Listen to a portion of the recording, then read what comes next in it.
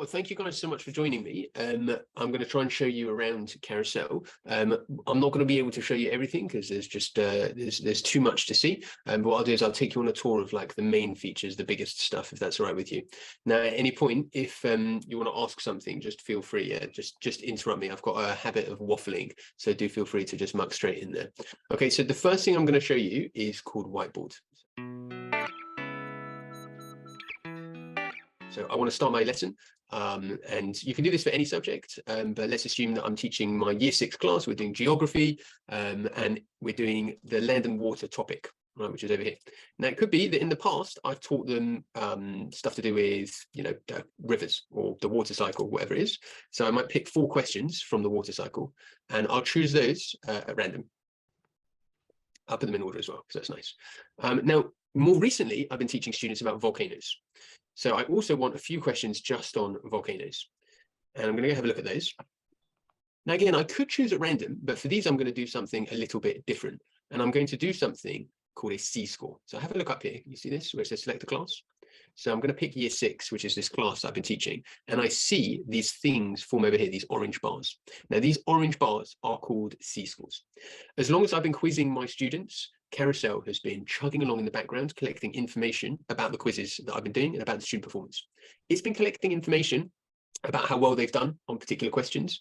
It's been collecting information about the last time I asked a particular question, and it's been collecting information about how many times I've asked a particular question. So if we have a look at, say, this one here, it gives me all of that information. I've asked this question twice, which means we get 2 points. It's ranked 0 to 5. Now, 2 points mean because asking twice is okay, but it would be better if I'd asked it 3 times, 4 times, maybe even 5 times. It was asked 2 weeks ago, which gives it, again, a relatively low score of 2 points. If I'd asked it more recently, it would have fewer points there. If I'd asked it further away, it would have more points. But the last time students did it, the average score was 0. So loads and loads, everyone's getting this wrong. So we give it 5 big fat points. Whereas if you look at a lower one, so like over here, this one, sorry, and what that means is, sorry, where was it? Was it this one here? Yeah, no, it was this one. Okay, and what that means, I can't remember which one it was, this one. What that means is that overall, we're getting 9 points. So each one of those 3 metrics, 2 points, 2 points, 5 points, 9 points overall. When I look at a lower one like this, I've asked it 3 times before, which is better than 2 times, obviously. It was 2 weeks ago, which is the same, so 2 points. But the student's got 100% on it. So it's not going to get any points on that metric, which means it's only got 3 points. Now, the reason why that's so powerful is that no human can keep all of that information in their head at any one time. So what Carousel does is it crunches all of those numbers for you and presents it to you like this. And what you can do is you can sort and filter. So you can say, right, well, I just want to do really difficult ones today. So like this one, and maybe this one, and maybe this one, and maybe this one. And I can see the average, the overall score for that cropping up over there. Or I can say, actually what my class really needs right now is just a little bit of a confidence boost. So I'm going to pick ones that are a bit easier. Now, when I'm doing a whiteboard quiz in class, I always aim for ones that are really, really tough. So I'm going to pick these ones today. And Carousel is helping me choose the right question for the right students at exactly the right time. I press show now, and I can see those questions appearing really neatly over there. So what you can see here is these 8 questions, 4 on that water cycle topic and 4 on that volcano topic. I can go back and change them if I like. So let's say I wanted it's not just on the water cycle, but I wanted on all of these. I can do shift, I can select loads. I'll pick these ones at random again. There's a picture on that one, so I'll take off because I'll show you pictures soon enough. I can put that one back up. And then it's over there, and I can edit it and fiddle it however much I like. Now, for me, every single one of my lessons starts like this. So students come into the room, and this is on the board as they walk in. And the phrase that we like to use is based on Doug Lemov, Teach Like a Champion, where it says a good do now or a good lesson start lets the learning start before the teaching. So effectively, the students can come in and start learning before I've had to have any input. So I don't need to tell the students what they're supposed to do today. I don't need to tell them to get their books out. I don't need to tell them what the task is because it's the same every day. It's a routine. It's a habit. It gives them quality retrieval practice, and it allows me to start my lesson calmly and kind of smoothly. At primary, what a lot of our users do is they'll put something like this. They don't necessarily have like a lesson transition in the sense that there might not be a break, but they'll say, right, okay, we're moving over from studying reading. We're now going to do geography. I'm going to put a quiz on the board, and that's our good way of breaking. What you notice as well is that, we did end up putting a picture in there. You've got some images in this quiz as well that you can put up. When you do answers, you can show them all at once. Personally, I like to do them one at a time. So I like students to sit down to do the quiz themselves, and then we go over each question one at a time. So it might be that I'll verbally question a particular student to give me an answer, and only then I'll put the answers on the board. Because what I find is if I put all the answers up, students just go like this, and they just like copy like that. And it might be that I'm trying to annotate or commentate or talk about something, and they're just not listening to me anymore. So that's really, really important. Now, it's been a few minutes in terms of setting that quiz. So what I want to do is I just want to do that again, but show you how quick it is. Because sometimes people see that and they think, oh, right, well, it's great that you've got this whiteboard quiz, but it takes a little while to set it. So what I want to show you is that it does not take a little while at all. Start your clocks, whiteboard. land and water. Which one was it? Here we are. Sequential order. I wanted all of these topics at first, and I wanted 4 from them. Bam, bam, bam, bam, bam. Confirm. Add a topic row, and now we wanted the volcanoes. And I'm going to do my C scores just like before. Bam, bam, bam, bam. And I wanted them in order so I could figure out which are the hardest ones I wanted to set. These ones. Done. What was that, like 30 seconds, a minute, maybe max? I don't know. It was not very long at all, right? And the reason why I do that is because Carousel has 2 very specific stated aims. Stated aim number 1, to improve student outcomes via retrieval practice, quizzing the students, questioning them, using your curriculum to make sure they know stuff and they learn it over time. That is like central mission number 1. Central mission number 2 is reduce teacher workloads. I don't want anyone looking at this and thinking, oh God, this is going to take me ages. It doesn't. It takes less than a minute to produce a quiz that is tailored to your class. It is highly specific to your class, but it does not take you any time at all. Any questions yet? No, I think it's all good.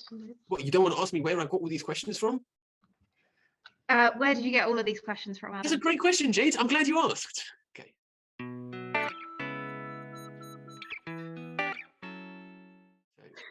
The questions come from here. This is called my question banks, right? And this area is what we refer to as like the beating heart of Carousel.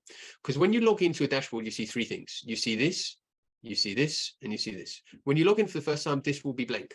This will be blank. This will be populated, okay?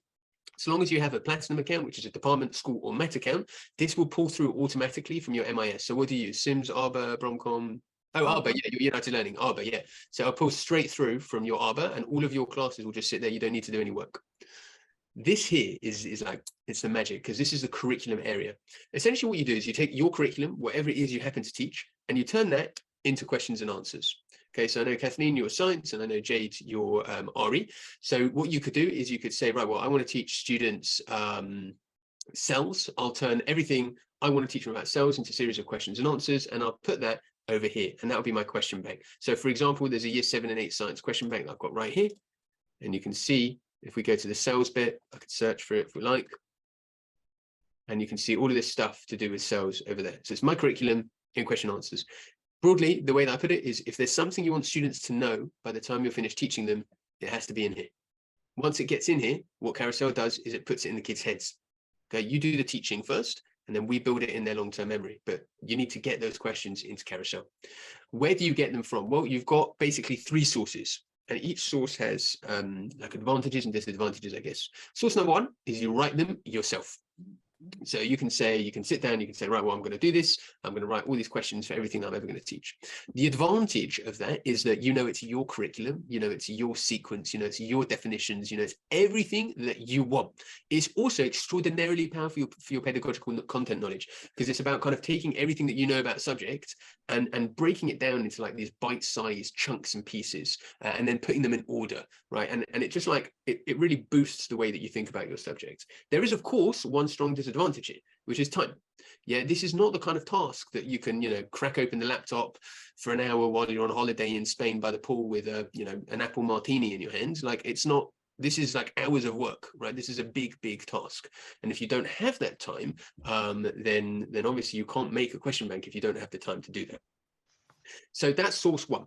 Source 2 is to head off into the community over here. So in the community, you will find question banks that other people have shared. And broadly, there are 2 types. So I'll cycle over to like 4 or 5 a minute. So here we go. So type 1, these are these like orange ones. Okay, so these are ones that are just shared in the community by teachers from across the country, across the world. It happens that all of these ones are science, but there's for loads of different subjects. So if we did change to RE, where's RE? Religious education. So here you've got all your orange ones. So like Mr. Smith, AQA, RE Christianity, Miss Woods, all of these. There's just hundreds of them. Okay, loads and loads and loads of things that you could look at. And what you can do is you just press add, and then that's yours. You can use that, no problem. There's also these green ones, which are kind of centrally produced, quality assured, what we call premium question banks. So these are ones either that we've made in-house as Carousel, or we've entered into a content partnership. So for example, there's the John Cat ones here. So John Cat are a kind of professional educational publisher. They've got revision guides, and all of their stuff is available here. We've also got ones from PKC, which is the Primary Knowledge Curriculum, which is an amazing primary content provider. And we also have Carousel ones that we've made. So there's Carousel Primary, so we've covered, you know, the entire primary national curriculum. We've also got Carousel for geography, that's further down the line somewhere. Carousel, blah, blah, blah. Oh, there's just millions of them now. I'll find the geography ones here. So here's geography. What have I done? Oh no, because I've gone over to the 5th page. There we go. So here's the Carousel learning ones. Here, Carousel for Geography Unit 1, Carousel for Geography Unit 2. We have the same for English Literature. Basically, there's loads of stuff there. So that's source 2. So source 1 was you make them yourself. Source 2 was you either grab them from a teacher in the community or you grab them from a premium bank in the community. Advantage, time. Okay, because the time investment is going and finding them, which does not take particularly long. The disadvantage, of course, is that there might be something that you don't quite like in there. There might be a definition that you want to change. There might be a sequence that you want to reorder, which is why we have option number 3, which is, I'll show you. So if you go for RE again, so you'll notice that there's the John Catt education one. So let's say you look at the Christianity one, right? So you have a look. And you think, you know what, I do like this, but there's a couple of bits and pieces I'd quite like to change. What you can do is you can make an editable copy. So that then will go into your dashboard. When I return to my dashboard, I can see, what was it? Where's it gone? I've got too many things here. Here, John Catt, Religious Studies, Christianity Knowledge Quiz. That's private, that's mine now. Okay. And I can edit it, no problem. So I can say, right, well, I don't like this question, so I'll delete it. I like this question, but it's in the wrong place. So I'll reorder it. You can delete, you can edit, whatever you like. Okay, you can move them around. You can add stuff to your heart's content. And then, and this is what you'll really like, you can take that question bank. You cannot then share that question bank back into the community because it's not really your work, right? You can't like take someone else's work and make a couple of edits and then put it back into the community and say it's yours. But what you can do is share it in your school or in your MET. So if you're a head of department, for example, you could take that question bank, make your changes, it will take you half an hour, and then you can share it and everyone in your school or everyone in your MET can use it. Okay, and what that does is it's almost the best of both worlds because you save a huge amount of time because somebody else has done the bulk of the labor for you, but you also then have the chance to have a think, to reorder things, to change things to be a bit more the precise way that you want them, and then you can still share that across your school or across your MET with your colleagues. Okay, so that hopefully should answer the question that you didn't have, which was where do I get all these questions from? At this point, I will pause and see if you have any more questions. In terms of sharing with the community, is it if you choose source 1, like where you write the questions yourself, do you have to share within the community? Is it an automatic thing or? No, you choose. Yeah, so you can choose. Obviously, we're always grateful when teachers do choose to do so, but a lot of the time teachers don't want to do that.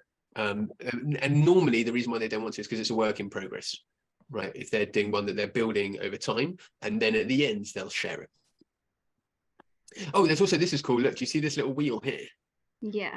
And so that means that somebody else has updated it. So this one I got from the community and there's been updates. So I can click here and it can update it. So whoever made that question bank, which was me, when they make edits, right, I can then update mine so that I get their edits, which is quite cool as well. Okay, cool. Any other questions? I think I'm good. Lovely. In which case I will show you the next core function, which is just setting your quizzes.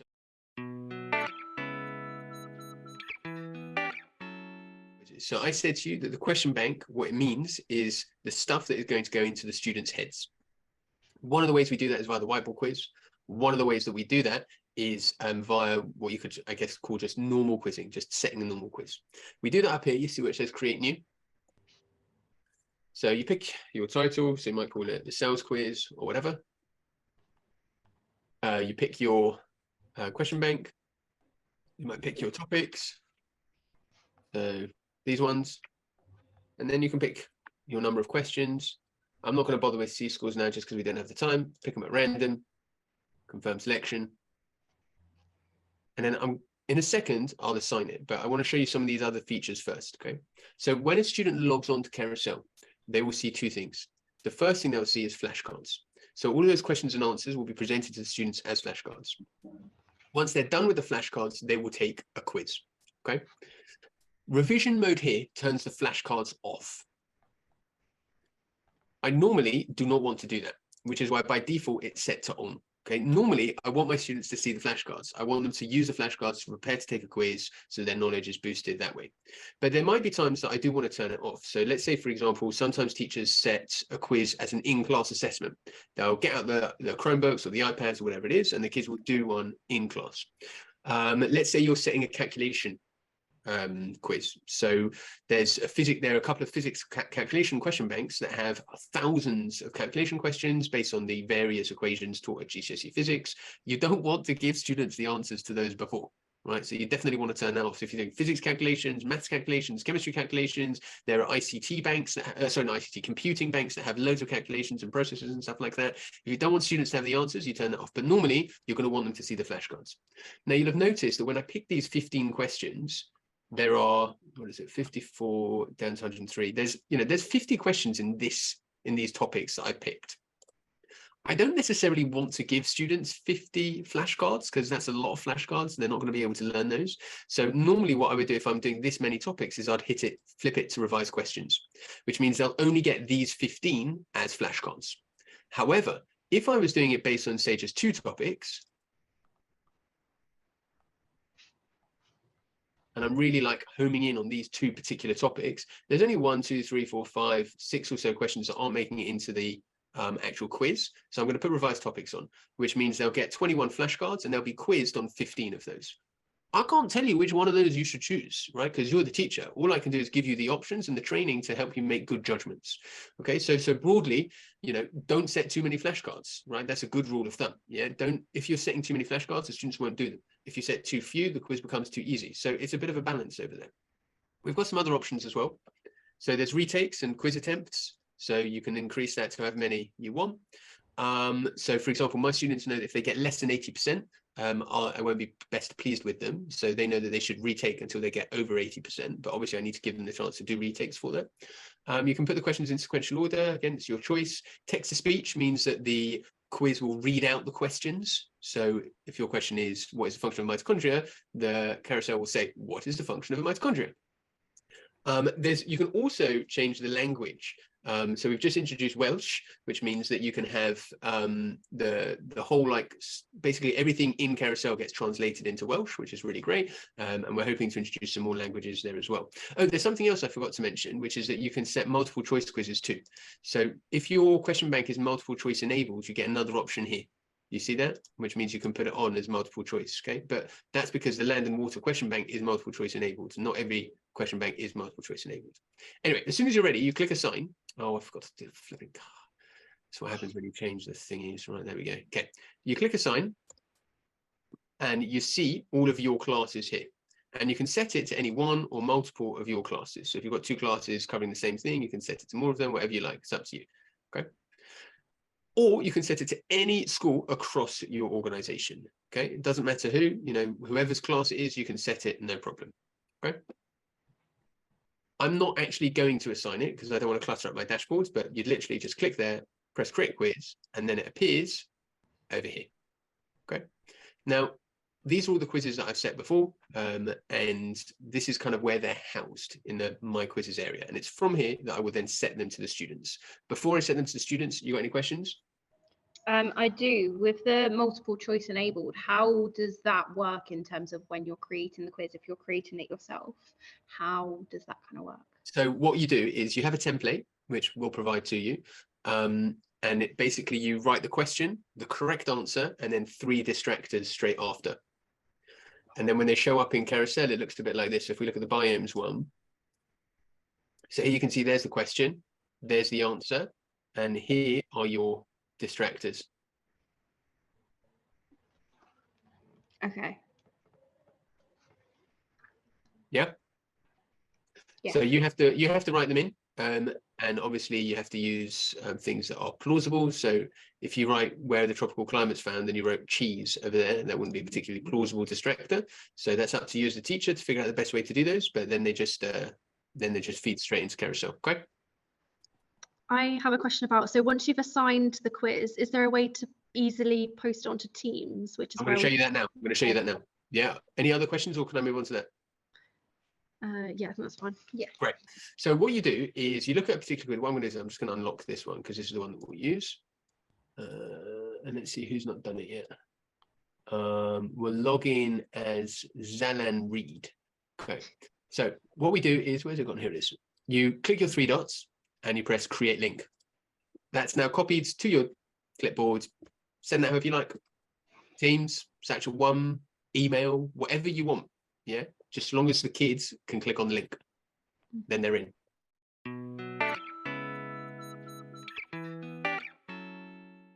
Now, in terms of logging on, you've got two options. You can either do Carousel default, which is they just log in using their name, no passwords, no username, just their name, as it appears in the database. So Zalan can't call himself Big Z. He has to write Zalan Reed. Or you can activate single sign-on. So if you're a Microsoft Azure and you use single sign-on for all of your stuff, then they can just click the button in the same way they would for anything else, and they just go straight in through that. But either way, no passwords. Log in. And like I said, we have revise and we have take quiz. So when we head over to the flashcards, we see them appear like this. And this is the evidence-based approach to flashcards, which is to have the question on one side and the answer on the other. And we train our students how to do these. So you can't just set it and assume that they're going to do them correctly, because what students do by default is they sit on the back of the bus like this on their phone, just like that. So you need to teach them how to speak out their answers or to write them down. And I'll often, with most classes, when I first start teaching them, I'll get the computers out, we'll get mini whiteboards out, I'll get them writing down their answers to the flashcards. As a way of teaching them, they need to be speaking out or writing down their answers. You can also talk to parents about it and explain to them that these flashcards are done best if you ask the students the questions from them. There you go, next card was magma, very good. There's one with a picture here. How can you tell it's a stratovolcano?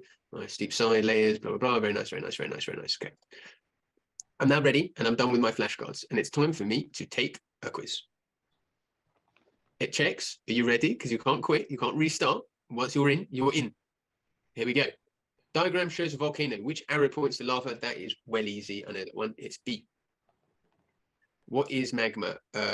Molten rock that is in the mantle. I'm so good at geography. Volcanic eruption. I don't know. So I said that, but I actually don't know the answer. What was it? It was steep sides and layers. Okay, let's mark. Now, before we get to marking, I need to explain something. In terms of how you mark student work, we have a 3-level approach, okay? Or I don't know if level is the right word, like 3 hurdle, not hurdle is the wrong word, gates, I don't know, 3-thing approach, right? Thing number 1 is the computer. So the computer will mark things which are definitively right or definitively wrong. So if your answer, for example, is word for word, it's going to mark it as correct. If your answer is obviously wrong, like you've left it blank, or you've written, I don't know, or I'm not sure, it's going to mark it as wrong. Anything else, the student self-assesses. And that's an extremely powerful feature, because what it does is it forces the student to kind of critically reflect and engage with their work and with the feedback. Otherwise, what happens is that students, again, they flick through it. They might not even check. They just click the button, they say they're done, and they walk away, and that's it. What we do is we force students into the feedback process. We force students into the assessment process, and we force them to kind of reflect and analyze whether or not their work is any good. So what that looks like is this. When I wrote B over here, I got it word for word, letter for letter. So Carousel marks it as correct, no problem. When I look at this one, I've got molten rock that's in the mantle. The correct answer is molten rock in the mantle. So I'm being asked now to judge, did I get it right or did I get it wrong? Now in this case, I'm going to say, yeah, that is definitely right. Now this one I wrote, I don't know, computer knows that that's not correct. Game over. Sorry, Zalan, Big Z, this one's no good. And I head over to my next one, and I see I've written steep sides. I wrote layers. The correct answer was lots of layers. So again, I'm going to reflect. Did I get it right or did I get it wrong? And in this case, I'm going to go, I got it right. I can have a look at my answers again. I can change things back if I want. Submit. Done.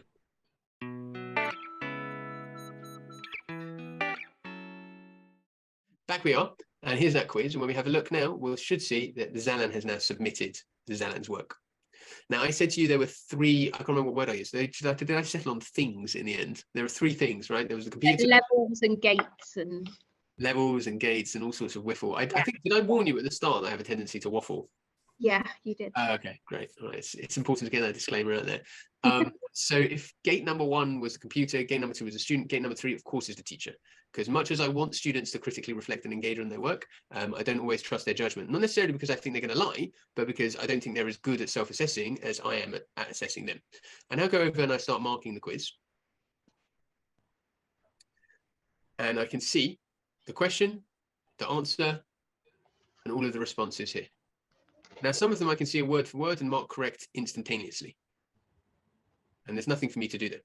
Whereas when I look at these ones, I've got the options to change them. So for example, Zalan's answer, which he marked as correct, I can change to incorrect if I want. I can also see there's a couple here that are wrong, where it says melted rock outside the volcano. Yeah, now the problem that Abby has done here is she's confused magma with lava, right? She's conflated the two. And I kind of want to pick that up as a class. And what I can see that Danny's done is that Danny has made a spelling mistake over there. So I'm going to pick that one up with the class as well. And I can do that with any of these answers. Okay, I can click them if I like. I look at these ones, and it might be that I want to click on this one because I don't think it has enough detail. And I can now go to what I call to the feedback, which is my absolute favorite. I love this. This is my favorite thing to do.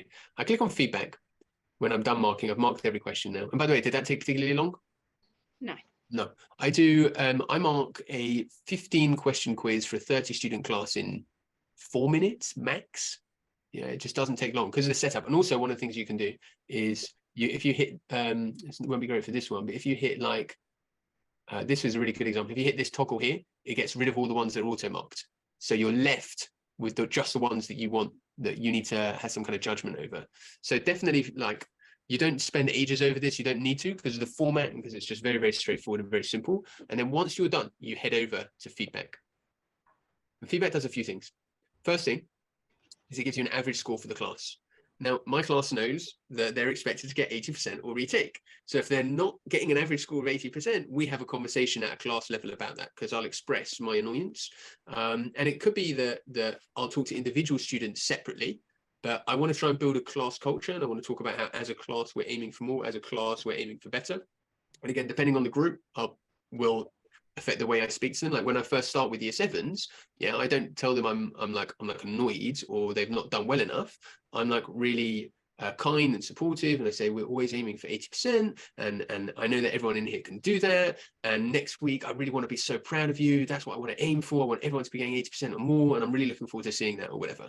Whereas with year 11s, if we're getting under 80%, then my hackles are raised somewhat. We've also got a top score over here, which gives us like the highest that any individual student got, and I'll use that as well because I'll be saying to students, guys, like there's no one in here who can't get 100%, right? There's no reason why one person can get 100% and another can't. I know I've said to you that we're aiming for 80%, but that's the minimum. All of you should really be aiming for higher. What I'm saying is if you don't get 80%, you have to retake, but you should be aiming for 100%, and everyone in here is capable of getting that. And that's also quite powerful messaging to do at a class level. We then see the few questions that students had the worst scores on. Now, because this is only a 4-question quiz, it happens to have brought all 4. But normally, if it's a 15-question quiz, it's bringing 3 or 4, like the ones that were hardest and had the worst scores. And I'll often use these in class as like a gauge of how well students have responded to getting stuff wrong at home.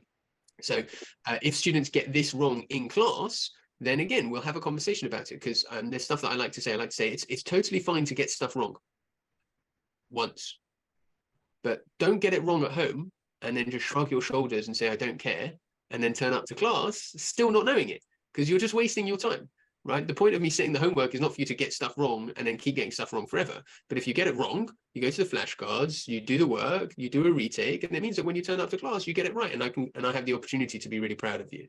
So again, that's really important messaging to see if they've actually learned from the homework rather than just done it. Okay, there's a difference between doing the homework and actually learning from the homework. Underneath it, and when I said that feedback was my favorite feature, this is why. Because it brings us what I found interesting area. So do you remember I ticked all those answers? Yeah. So they pop up over here. And if we like focus on these ones for a second, you see it says the melted rock outside the volcano, molten rock inside the mantle. I'll use these as a springboard for verbal questioning. So whereas this, I might do in the same way that I'll do a normal whiteboard quiz they do in the back of their books, this one we might do verbally. And what I used to do is I used to say things like, why is this wrong? And I'd get a sea of hands and students would say, because it's melted rock inside the mantle. And I was like, yeah, that's right, but it's not quite what I'm getting at. I don't just want the right answer. It's a misconception. Yeah, it's a conflation. They've confused two things. So I want to dig underneath that. So now I say things like, why did this student think it was right? Or what is it that this student is referring to? What 2 things has this student confused? And that's a way to like really dig under and expose those misconceptions and add that extra layer of like real deep thought.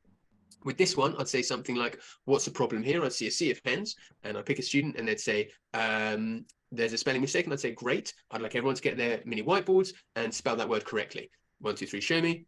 Very good. And I can now tell that everyone's got it and we can move on. So what I've shown you so far is I said to you that there were two main aims of Carousel: to improve student outcomes via retrieval practice and to reduce teacher workload. So the outcomes thing, well, I've just shown you how many different rounds of retrieval practice there are. There's the whiteboard quiz, there's the flashcards, there's the redoing the flashcards if you're not getting 80%, there's doing the quiz, there's that critical reflection, there's the follow-up feedback, there's the what I found interesting section. Like, there's just layer upon layer upon layer of retrieval practice and knowledge building going on here. And in terms of time, like, this stuff doesn't take long, right? Putting these things together is borderline effortless. You know, we're talking seconds and minutes rather than anything more than you can count on one hand. And the richness of the information is extraordinarily powerful, right? Being able to look at those quizzes, see those misconceptions, and bam, feed those straight across into your lesson is super duper powerful.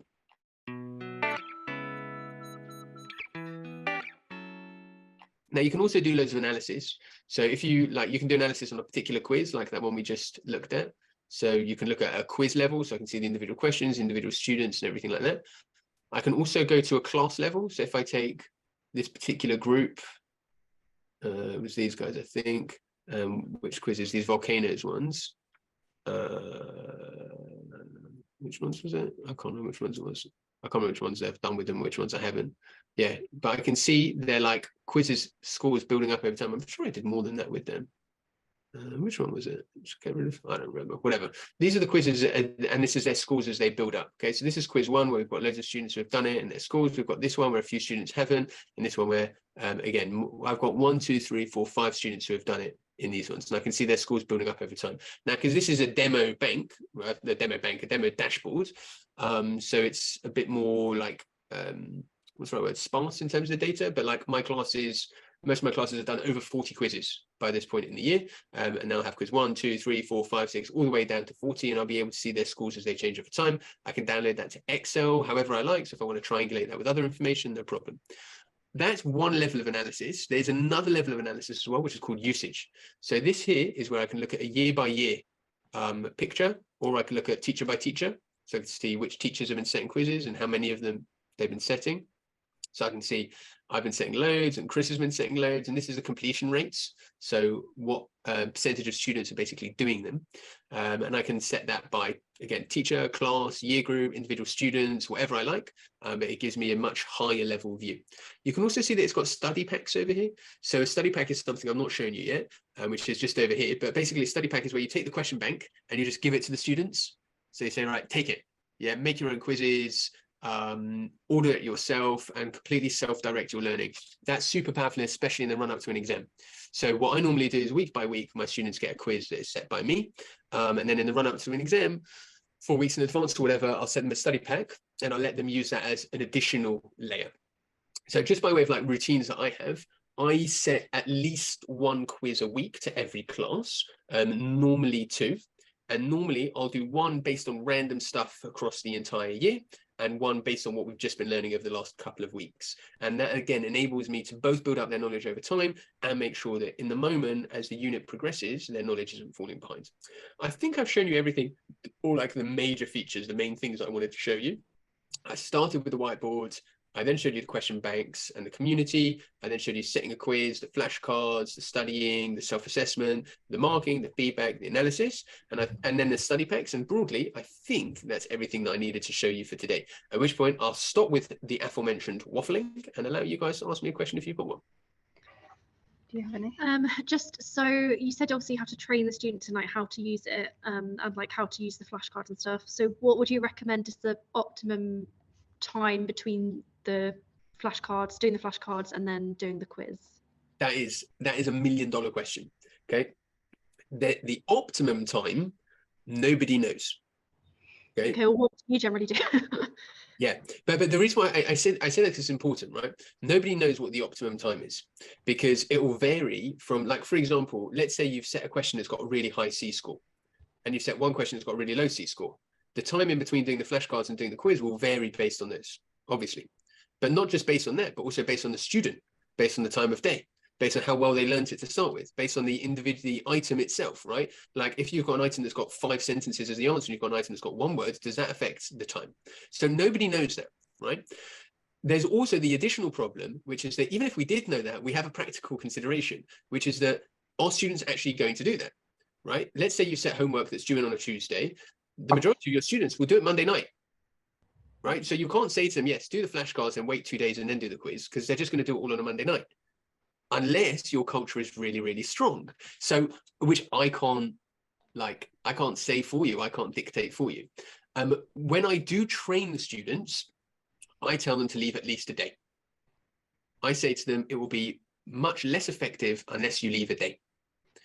And that way, I hope, because it's not something that I can actually control, so I hope that they take that to heart and do the flashcards on one evening and do the quiz on another evening. And actually, we have a document within Carousel that we'll send you, which is basically a parent's guide to Carousel, and that gives parents information about how best to stagger it out for their students. So it gives basically a weekly program. So it says you could do have your child do the flashcards on day 1 when the homework's set, and then on day 2 do a quiz, and then day 1 go back to flashcards, and then day 4 maybe skip day 3, and then maybe day 4 do a retake, something along those lines. But yeah, you have to be pragmatic. Okay, thanks. And in terms of making the question banks, you said you're going to send us a template. Yeah, I think you can access it directly from within Carousel, I think. Okay. Is it here? If you go here, yeah, here, you click on this article. It's got the templates. So there's an Excel template that you can use, or there's a Google Sheet one, and I think the downloads are here. See? Cool. Brilliant. And there's a video showing you how to do it as well. Cool. We've got your bases covered, Jade. Thank you. With the sign-on options for students either using their name or the single sign-on, is that something that we pick as a school, or do the students pick between? No. You decide as a school. When you set up and you deal with my colleagues who deal with what's called the onboarding process, they'll show you there's a little toggle that the administrator can turn on or off, but it will then be the same across the school. Okay. Do you have any more questions? I don't think so. Yeah, I think I just need to play around with it. Yeah, I think just play around with it and then we'll kind of go from there. Yeah. Fantastic. All right. Well, I'm really looking forward to hearing how you get on. Please do keep me posted. And I hope you're noticing by now that, we want to help as much as we can, both in the technical sense, like where is the template, but also in the pedagogical sense, like what's the best thing to do with this class. So yeah, don't hesitate to be in touch at all. Thank you very much. Thank you.